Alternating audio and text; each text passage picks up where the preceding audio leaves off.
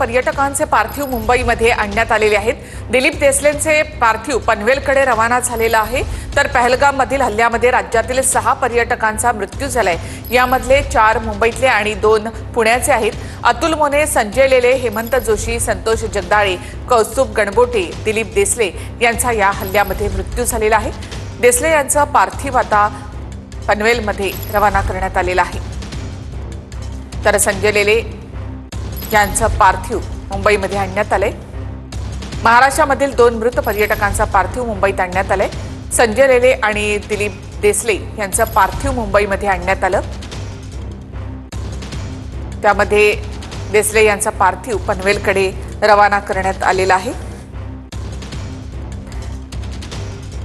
तर निसर्ग ट्रॅव्हल्स पनवेलमधून 39 पर्यटक जम्मू काश्मीरमध्ये पर्यटनासाठी गेले होते।